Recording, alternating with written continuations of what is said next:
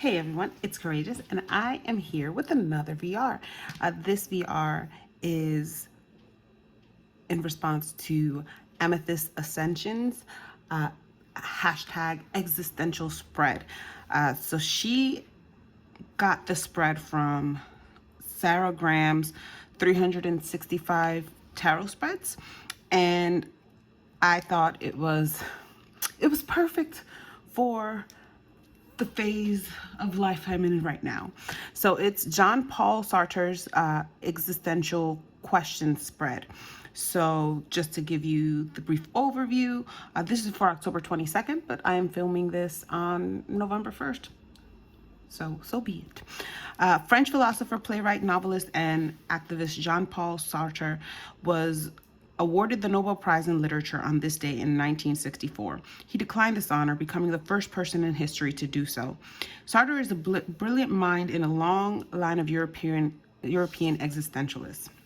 So the summation of the spread, the hangman is the philosopher's card due to his willingness to turn upside down, transcend consciousness, and examine life from a different point of view.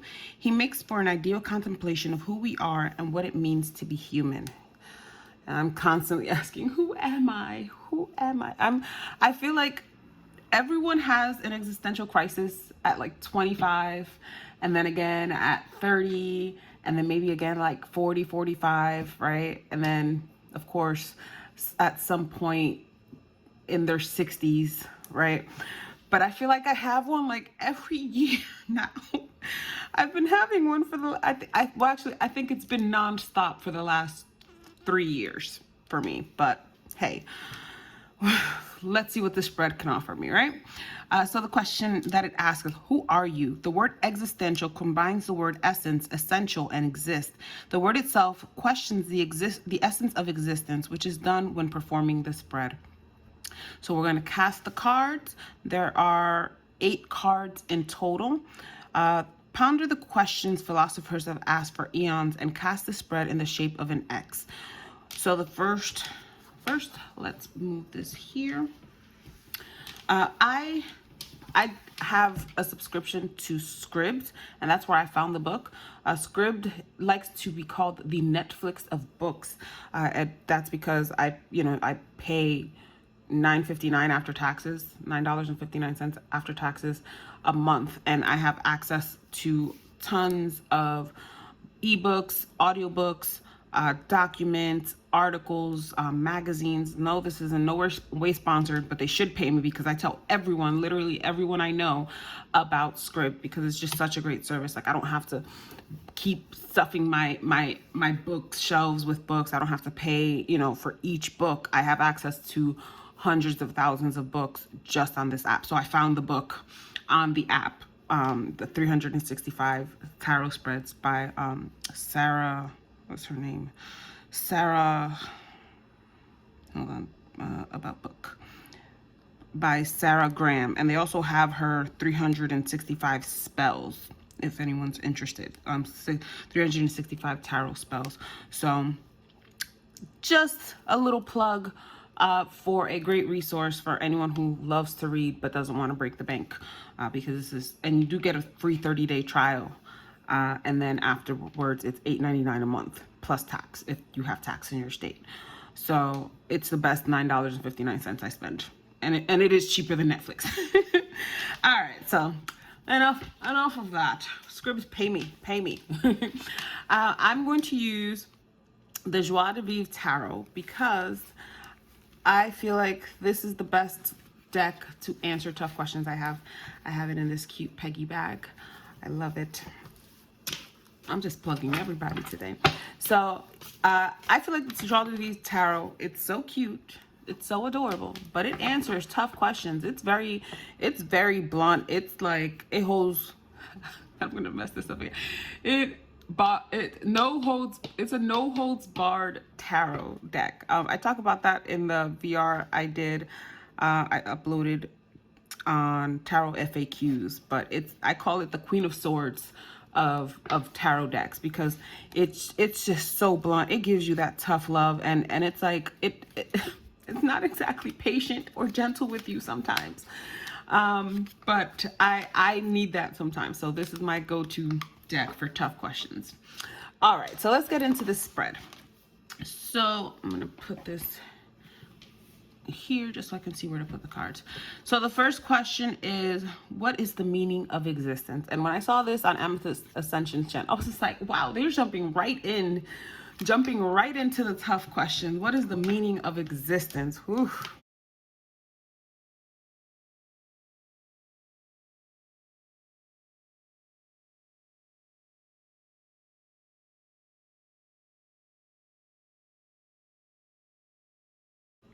We have two cards. Two. All right, so when I get two cards, I take the two cards. And we have the Six of Swords in reverse and the Eight of Coins in reverse. All right. I'm going to now shuffle. I'm going to take all the cards first, and then I'll look at it. Then what is my true identity?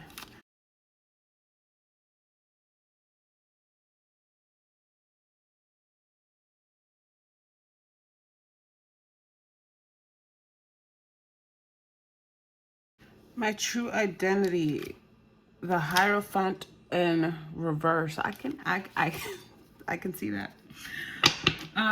Question 3, what is death? So question 3 goes here on the side, beneath number 1.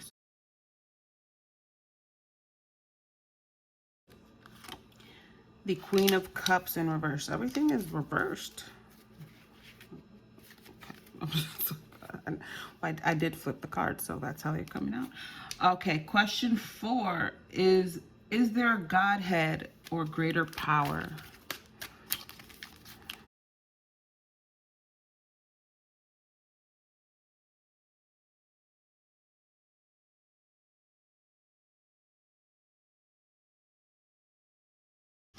All right, we have one here. Okay, the Magician. Wow. Okay, the Magician. Interesting. Okay, so then number 5 goes up here next to number 1. So remember, we're making a shape of an X, and I may have to, there we go, make some room. All right, so let's fix the lighting a bit. There we go. All right. So number 5 is, how can I know what is right or wrong?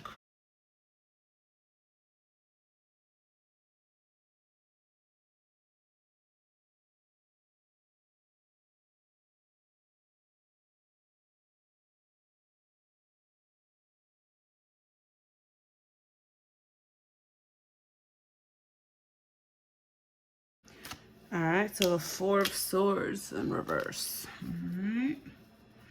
Number 6 is, what is consciousness?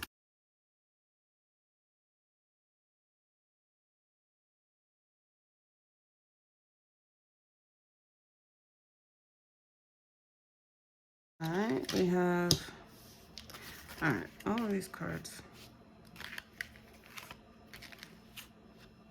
Okay. I'm just checking because they're all coming out in reverse, but it's not like they're just, I have a lot of mixture of upright. Okay. And I know I wrote them. All right, so the Ace of Swords in reverse is the 6th card, which is what is consciousness? All right. Next, number 7 goes, I'm gonna move these up a little bit, to the left of card 3. And what is happiness? Happiness, the 2 of Wands in reverse. All right, and then number 8 is, what does it mean to be authentic? And that goes to the right of card 4.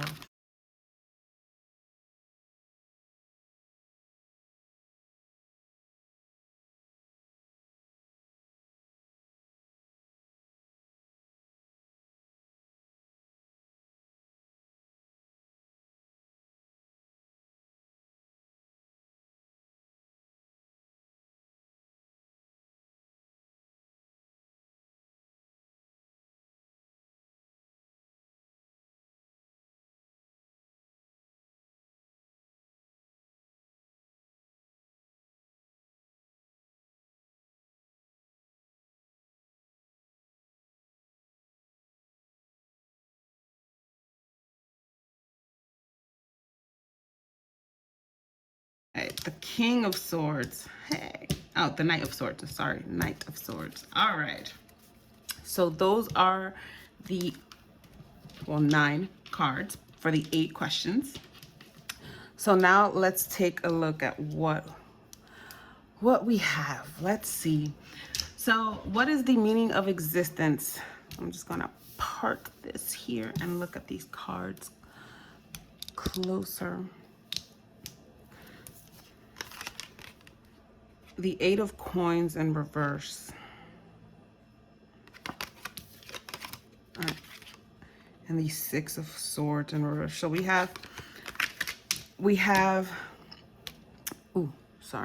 so we have earth and air, and we have the 8. I love the 8 of Coins only because it's a card that, you know, that shows us working, but obviously the meaning of existence is the 8 of Coins in reverse. So it's maybe our existence here is not to, you know, it is to work and to toil, but not to put so much stock into the result, right? Like we are, and when you think about it, we come to this human existence to work, right? To work on ourselves, to work on our on becoming our highest selves and kind of working towards that enlightenment and towards that perfection. And if we're focusing on material things while we're doing that work, that could distract us, right? And the 6 of Swords is just this failure to walk away, at least at least happily, right? We're not necessarily leaving it behind willingly. So is the meaning of this existence us working tirelessly but clinging to this material world, to clinging to this existence, knowing that there's more out there and there's more existences, because possibly, you know, and I'm just looking again at what this spread is supposed to be, because it's like a contemplation of who we are and what it means to be human. So this is, even though this is, the question is, what is the meaning of existence? I'm taking it to mean is, what is the meaning of my existence in this? Because when we add, right, the combination of the word essence, essential, and exist, right? Yes, we all exist, but our essence is adding to that, so that we have our unique essence that is changing, that's making it a unique experience. So thinking of me, I think and I hate to think, you know, that my purpose in this existence is to work, because I hate working right now. I'm working too much. But I think what this is telling me about my existence is that my work should not be towards material things, right? This is the earth. So my work is for something beyond.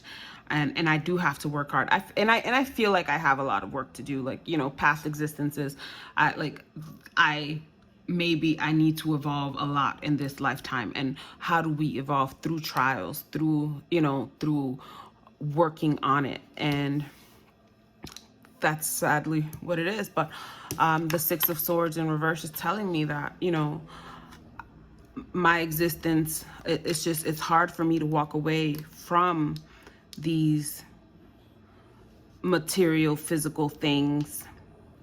But that's the world we live in. I'm a material girl living in a material world, you know, and and it's just like in terms of materials, like I need things, and I need money to pay for things.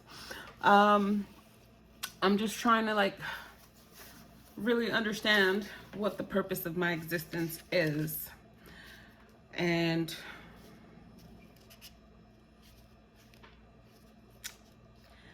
it's just hard. It's hard to walk away from things. I don't know why I want to cry right now. It's just, let me look at what the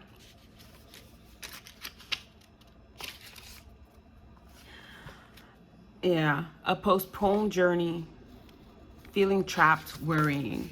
So yeah, that's exactly, and obviously my current energy is probably influencing this. It's definitely influencing this spread, but it's I feel trapped, and that's how I've been feeling for a long time, and that is at the root of my existential crisis that's been going on for 3 years.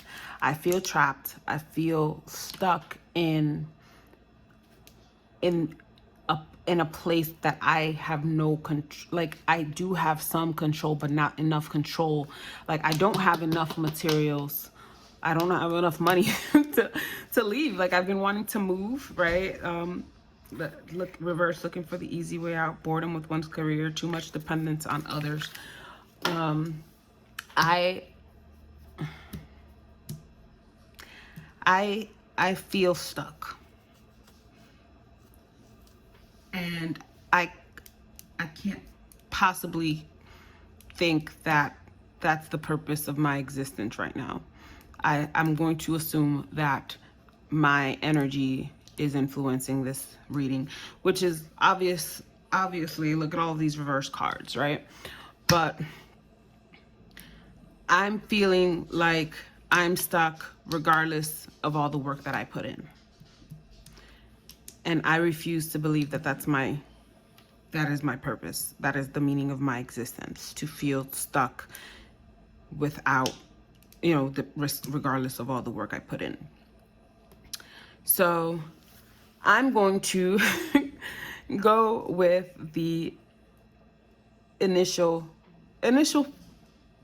thing that I said, right? I said, we're putting, we're working, we're putting in work to develop outside, to get to work on our higher selves, to work on things beyond our material things, and putting in work to let go of things that, the karma, the baggage that we've brought into this existence. So this has made me very emotional. I'm regretting this. Just that one question, and that was just question one. Wow. Amethyst Ascension. I'm not doing a VR anymore for you. I'm kidding. But no, this is actually, it's needed work, right? Because I avoid these things. I avoid emotional work, and that keeps me stuck. So, okay, let's move on to question 2, which is, what is my true identity? And my true identity is the Hierophant in reverse. And I completely agree with that. I am not a conformist, but it's not like I'm a rebel without a cause. Like, I may be a rebel with a cause, but at my core, at my essence, the work that I am constantly doing is to dismantle systems and institutions that are not working for the highest good of humanity, the highest good of me as a person, right? I already have a whole bunch of systems working to oppress me. I am a woman of color. I am queer. I am first generation immigrant in the United States, so it's just, there's a lot of systems that are telling me, that are in place to tell me that I am not able, or I am not worthy, or I am inferior, or I am, and I got pregnant at 16. I had my son when I was 17. So that system told me, and by way of not by just the voice of others, even like and by institution, like even my own family, like my mom and everything, like, because I became a pregnant teenage mom, I wasn't capable of pursuing my dreams. I always knew I wanted to go into higher education. I always knew I wanted to teach. I always knew that I'm destined for great things, and I'm not like just going to settle for anything, and that I don't think is worthy of me. And these systems tell me would tell me I couldn't. I did. These systems still try to make me feel like, oh, like I'm the exception, or, the microaggressions that are kind of like aimed at the assumption that I am not intelligent, I am not worthy, uh, I'm not capable of independent thought. So I have been, and I'm constantly working at at trying to get, as many people to think about dismantling these systems, because unfortunately there are a lot of people who just not necessarily believe, well, they do believe in patriarchal capitalism, and racist patriarchal capitalism, but they also just kind of go along with it, and I'm not one to go along. So I completely agree with the Hierophant. And even with spirituality and religion, the same. I cannot tolerate oppression, and I will not go along blindly just because a text says so. I make my own way. I engage with my, with my God and my spirit team my way. All right. This is deep work. It's Sunday at like 7 o'clock in the morning, and I'm over here already crying. All right, question 3. What is death? So death is the Queen of Cups in reverse. That's interesting, because I would think of, if I thought of the Queen of Cups as death, I would think of it as upright, not reverse. But when I think of just the elements that go into the Queen of Cups, water and water, I do think of that fluidity, that flow of spirit, and I definitely can see a relation to death, because I don't think death is the end. Obviously, there's more, and there's this flow, this back and forth, traveling from the beyond and to the here and now and all of that. So when I think of the Queen of Cups in reverse, I think that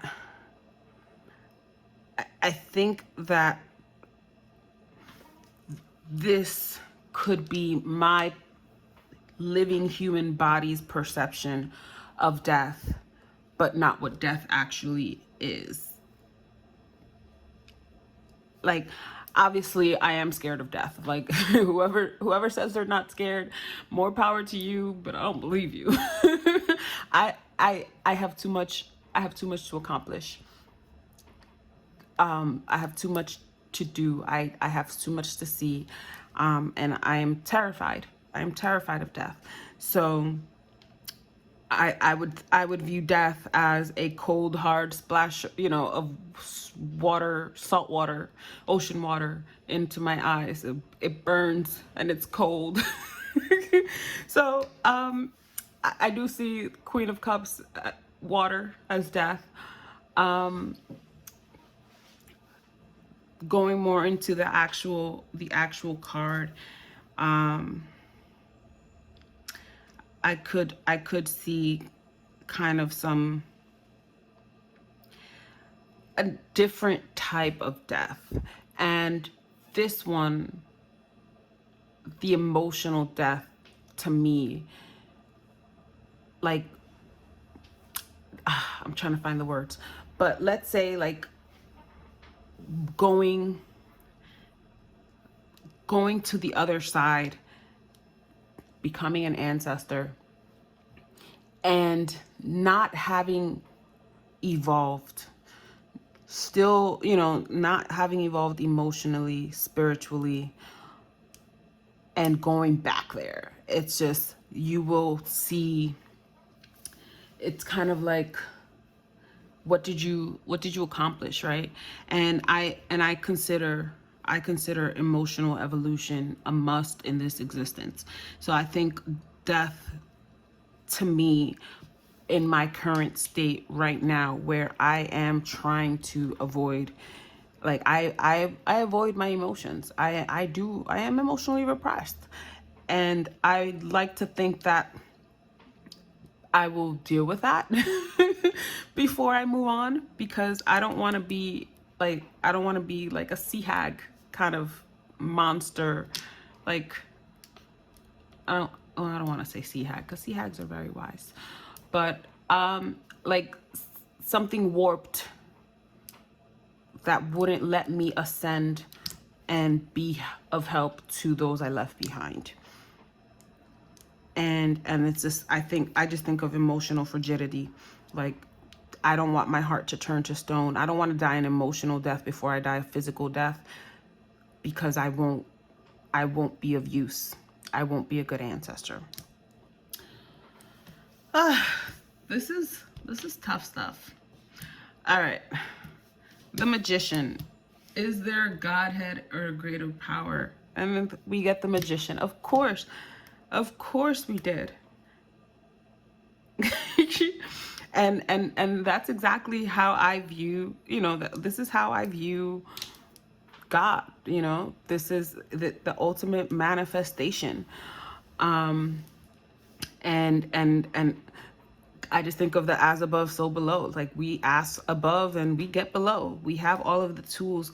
And I heard something. I took a workshop yesterday. It was a soul session, and we were talking about spiritual hygiene and all of that. And she said a phrase, I guess her grandmother told her, but it's like, pray for the bus, but run like hell to catch it. And it's just, and I wrote it down in my journal, because I thought it was, I was like, that's exactly how I view spirituality, my relationship with God. It's like, yes, I will pray, you will manifest for me, but I still have to do the work. I still have to make sure I'm doing what needs to be done below, so that you can bring what you're sending from above. And God gives us everything we need. We have all of the tools. And again, you can call God whatever. I'm using God. You can call it spirit. You can call it the universe. But we have all of these tools working in relation for our manifestation and for our abundance, and it's infinite. It's infinite. We just have to pull it, and we just have to do, we just have to do this work so that we're able to use it better, because that is something that we all have. Like, you don't have to be, a witch. You don't have to be, we all have this power and this connection, but we don't all have that ability, because we have to open it. All of these systems, these institutions, they start working to close that, to close it, close our connection. And really, once we start evolving and we start breaking free, we all have that connection. We all have the access to the Magician. I think this is perfect. I don't even want to talk more about this.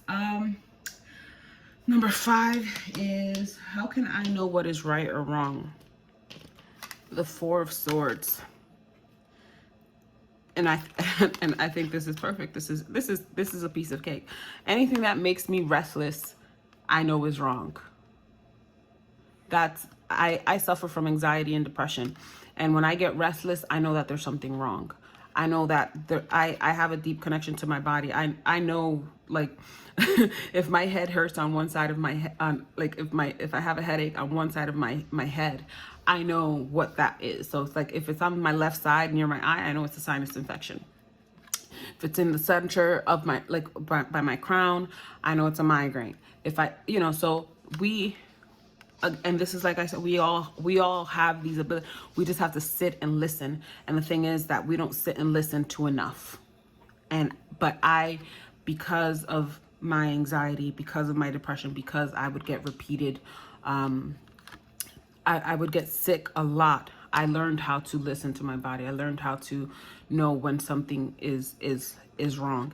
And if it makes me mentally agitated, if it makes me restless, if I get like I literally get like this sometimes. Like a few days ago, I was just I didn't know what to do with myself. Like I wanted to yell at the top of my lungs, but my daughter was here, and you know, she was in the living room. She's looking at me like, because my daughter is she's 7, but she's very in tune to energies. So I was just like, okay. So I just put music on and I started singing like I was having a concert, because I just couldn't. I just felt restless. I needed to clear myself energetically. So how do I know what's right or wrong? If if it feels wrong, if I'm restless, if something is hurting, I know it's wrong. What is consciousness? So that's number 6. So consciousness is the Ace of Swords reverse.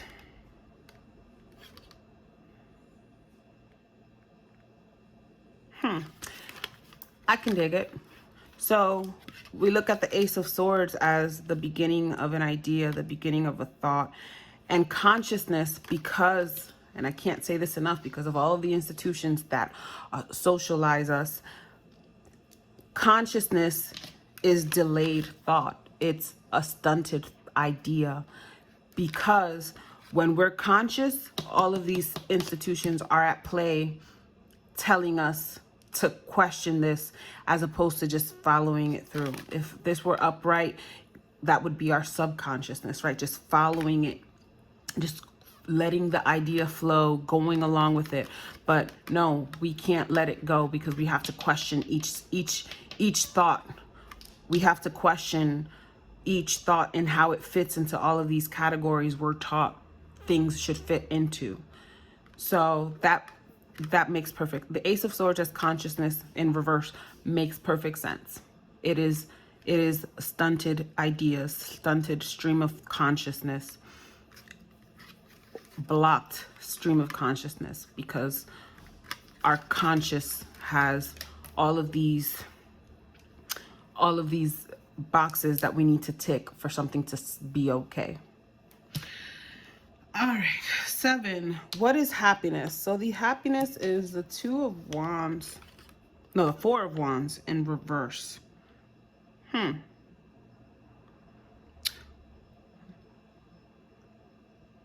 4 of Wands in reverse. Well, I do get tired out if there's a party. I get peopled out a lot.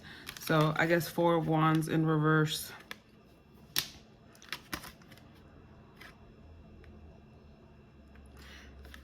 How can that be happiness? I like to think of it, yeah, my happiness like is at the end of the party, where I had such a great time, and now I can wind down, and now I'm very empathic, so I have, you know, I absorb all of these energies, and too many people, it's exhausting. It's exhausting. Like I literally have to take naps before I go socialize. So if I'm going out to dinner, I have to take a nap. If I'm going out to the club, I have to take a nap. If I'm going out to a party, I have to take a nap. My family knows this. That's why I have to like start getting, you know, like I take a nap with good time and enough time to get ready, because if I don't sleep, I'm not going. That's plain and simple. But I want to see what, because I love this. I love the Joie de Vivre Tarot. But let me just see the 4 of Wands.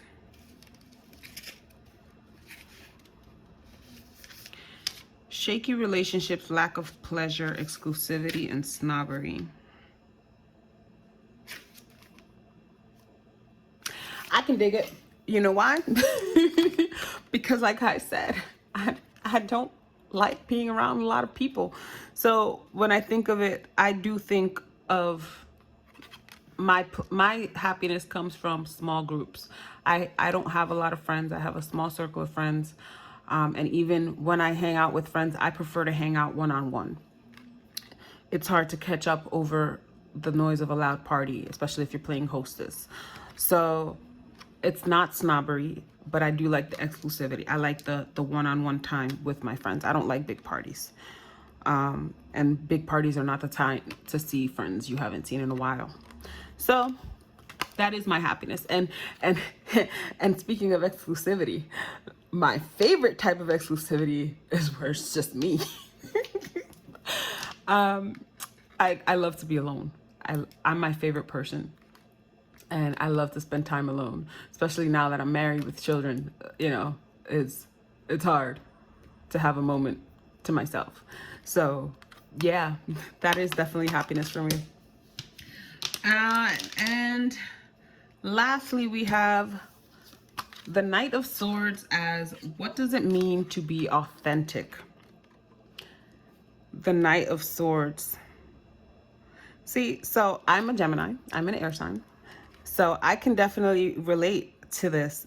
Just authentic, go with your thought process. Go ride the wave, right? And the Knight of Swords, I know they get a bad rap, they're kind of impulsive. They can go, they just think they're right and they just want to go for it. But that's the best way. Like, what are you going to do? You're going to sit around and wait for somebody to tell you you're right? You're going to wait and follow, someone else? Or are you going to, you're going to let them stop you, deter you? Because the thing is, and this is again going back to the consciousness, when you start to ask so many questions, you're not going to get anywhere. I like that the Knight of Swords is independent and they go for it. Right or wrong, they have responsibility over their own actions, and they'll take full accountability. But it's just right or wrong, I went because I chose to, not because anyone else told me to, not because anyone else, talked me into it. They're leaders in their own right. And that to me is being authentic, going with what I believe, with what I stand for, come what may. I'll take responsibility for it. But the worst thing, and I always hate like working on teams. The worst thing for me was in college when we had to do group projects. Oh my God. I hated that because my grade depended on other people. So what I would do is I would just do the whole work. I would just do the whole assignment and then just put my name on it. But it's just like, first of all, I had 2 issues with that, but I didn't care because at least I knew that grade was what I earned. But my issue was with the other people. I'm just like, they went along with it. There's just like I was just like, really? Like, you're gonna put control of you? I'm a control freak. You're gonna put control of your grade into someone else's hands? You like, granted, everyone knows I'm a nerd. I always sit in the front of the class. I'm always being told to okay, let someone else participate. So they know I'm a great student. But even so, like, don't you want to have some agency? Don't you want to have some influence in what is happening? So I very much see the Knight of Swords as being authentic, because they're going with what they think, what they determine to be the course of action, and they're following it through, and they'll take full responsibility for whatever happens. So this has been very, very emotional. But this is good. This is good. I'm going to watch this back and I'm going to journal about it, just so that I can go and do some deep work. I definitely do not want to, this is the conclusion I've reached. I don't want to leave this life. I don't want to die an emotional death or physical death. And I definitely need to do some work. And of course, I already cried this morning, so that's a start.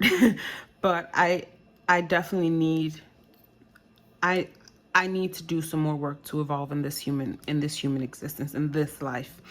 And I have been doing work. I haven't been not doing anything during this existential crisis. I have, and I've been working to awaken my divine feminine, because I am very much in my masculine, and I definitely need some emotional evolution in this life. And this has given me great information. And I need to do that, because I cannot leave this life without evolving. That would be a wasted life. So this has been my VR to Amethyst Ascension's #existential spread. The questions will be in the description box, as well as her original video. So if you want to join us, you're more than welcome. And I will see you in my next video. This is Courageous. Peace.